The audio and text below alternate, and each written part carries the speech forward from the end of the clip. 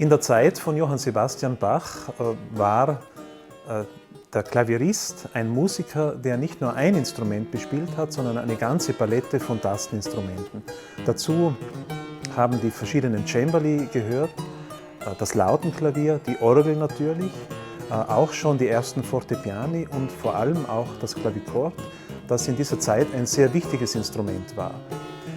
Wir wissen, dass Johann Sebastian Bach das Klavichordspiel sehr geliebt hat, dass er eine Vorliebe hatte für diesen intimen Klang dieser Instrumente und dass er die besaiteten Tasteninstrumente, wie eben das Klavichord und das Lautenklavier, sehr geliebt hat. Wir können uns vorstellen, dass er zu Hause dieses Instrument sehr viel bespielt hat, auch im Unterricht mit seinen Schülern, und dass ihm dieses Instrument sehr besonders am Herzen lag.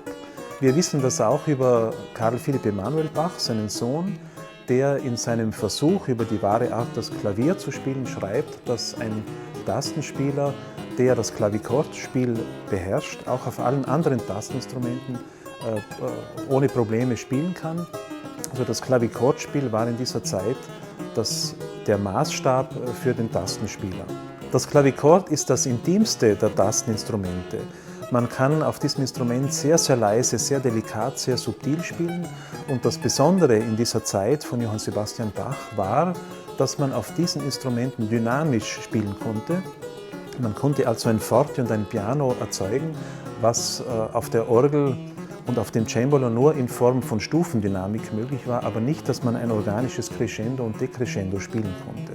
Und das machte natürlich das Spiel auf dem Klavichord für die Musiker besonders interessant, weil man auf diesem Instrument sehr, sehr differenziert sich ausdrücken konnte, weil man dynamisch spielen konnte, weil man ganz viele kleine Feinheiten in das Spiel bringen konnte und weil man natürlich auch Crescendi, Decrescendi und all diese Dinge sehr überzeugend machen konnte.